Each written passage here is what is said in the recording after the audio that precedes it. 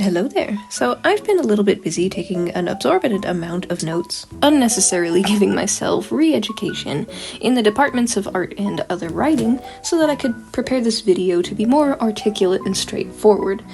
Yet somehow it's still going to come out rambly because that's just how my channel is. Welcome. I'm going to be illustrating multiple fan art pieces here, but as promised, long overdue for a week and a half now since I'd been sick, the Desert Vo outfit set for Link for the Tears of the Kingdom. I absolutely love this spicy boy, and every outfit they wear is perfect on them. And of course I had to pick my favorite one, which was the Desert Vo, which shows off Link's most accentuated feature of chest with that nice accent of green and gold with yellow hair. It's perfect. But I don't want to gush too much about the character because you know the character, and I have so many things that I want to be able to share with you that I learned while making the process of this. When I was working on the sketch, I actually almost gave up on it because I thought this looks horrible, but then I remembered, no, take your time, this is just the sketch. You have time to make this look better. But then as I was looking at all of the pink lines, my brain, as I was doing my inking process, was pulling all of the parts that I knew I needed and experimenting with the shapes, the textures almost, of the difference of the armor pieces sticking out and his hair flowing and all of these things that I didn't even have to think about how these would be shaded yet. I was just trying to focus on the forms, and then when I got to the coloring process, the value in hues and how I was going to tie this all together. I also didn't want to stress too much on the weight of my line artwork, but I still added just tiny bits of it here and there. And then I realized that where I struggle the most with my artwork when translating it is after I've done my sketch and I add my base color, I struggle a lot with texture, and the general composition of my piece comes down to how I shade, how I highlight, and sometimes even adding a bit of line weight and pop of color if I was to color over the line artwork. I've struggled a lot where my artwork usually looks like a carbon copy of the original illustration. For example, if you look at a picture of any of the poster artwork, imagine just taking a picture of the poster artwork and saying, look, I drew this. That's not how that works, and my brain has struggled to comprehend this for the longest time, especially around high school art illustrative classes where all I was taught was that to be a good artist you gotta mimic the people that came before you, but with shittier art supplies. So doing oil painting but in acrylics doesn't work that way. Using the techniques and the tools to properly combine them is what's important, I've learned when I was working on this illustration. I've also learned something about myself and the way that I illustrate, create stories, and other general activities. When I'm doing something, for example, like the dishes, I have to actually properly remember and focus on it. I've done it 1,000 times, and by now muscle memory has kicked in for some things, but then extending that same type of general doing a task to something technically brand new every time, such as a blank canvas, and turning it into an illustration takes me a while. All of the steps and processes feel so much grander than they actually are, and it takes me a moment to register. Unless I get into the zone, I can't do something like this on a regular basis, so sometimes I have to take a few breaks on purpose, rather than when I'm getting overwhelmed or sick. And with this, I wanted to figure out how I could make my art process simple for me and clear to my audience, which is why I chose this next character for simplicity's sake, and also a character that I used to fear for quite a while.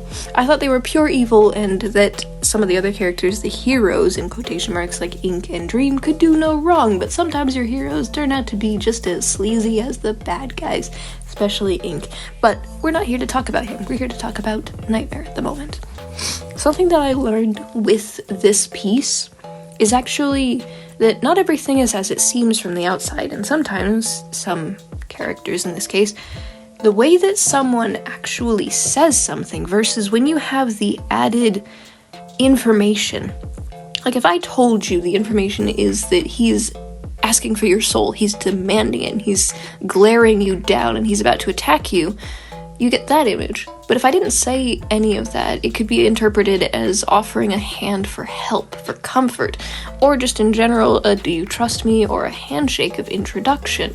But if you have some of these preset fears like I do, you see the tentacles and you are on guard. I don't like tentacles. It's one of my top 5 phobias besides fear of heights and others.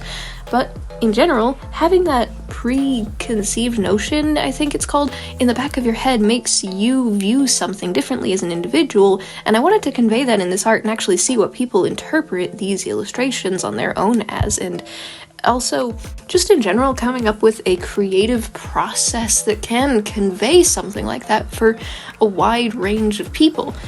Making one piece and having it interpreted and viewed as you directly want it sometimes can be boring, and I've recently been learning that, where when I make an illustration and I try to intentionally convey fear or sadness, it comes out as, "Oh, that's so adorable.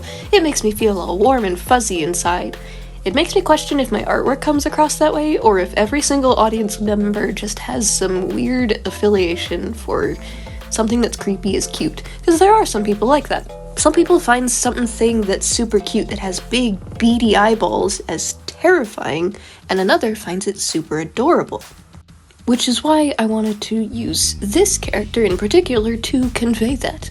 The Cult of the Lamb in general, you can make the character as evil as possible and just have piles of bones and your followers do everything under mushroom mind control, or you can be super friendly and offer them necklaces and cupcakes. It's a 50-50. It's all up to the interpretation of not only you, but anyone else who sees it from the outside view, which can be a bit difficult when you're trying to purposefully convey something, but it also is a challenge for me now, where it's almost out of spite. I've also learned, thanks to a friend of mine who's been helping me with improvisational voice acting, that sometimes, depending on what you want conveyed, you have to adjust your facial expressions, but if you don't have that, you have to go mostly off of your voice. And because I'm an artist and I can usually illustrate something with my character model to add extra detail to it, I want to have a combination of that for the future for these kind of practices. I need to work on a lot of improvisational voice acting because, as you might have noticed, I can't change the pitch very well, but I can change the atmospheric mood lighting and other things for characters and expressions in my artwork, and that's something that I want to work on. The last video that I have for you today is the color wheel challenge that I've been seeing floating around. The first character that I have here is actually Todd from The Fox and the Hound, one of my favorite movies and characters, just something whimsical and fun altogether, but also because, yes, it's a fox. There might be a handful of foxes on this color wheel, but regardless of it, if you want to see these characters ahead of time, check out my Patreon, and thank you so much for watching today's wacky video. I'd like to give a huge thank you to my wonderful patrons, including Frankie Jr. 13. Hold it right there, don't click off this video just yet. Why not check out some playlists of my videos while you wait for the next upload, and if you'd like to support my works and see more, click that link card down below. Patreon exclusive rewards for the Fennec Fox tier includes access to secret artwork, Arctic Foxes get shoutouts at the end of my videos, and early access to art and videos. Red Foxes have the opportunity to be featured when I need background characters or a commission instead. Subscribe for free if you have not already to join the Subscribblers squad, and tag me in some of that artwork and I'll share it in the Subscribblers gallery. Stay possum, and I'll see you later. Bye-bye.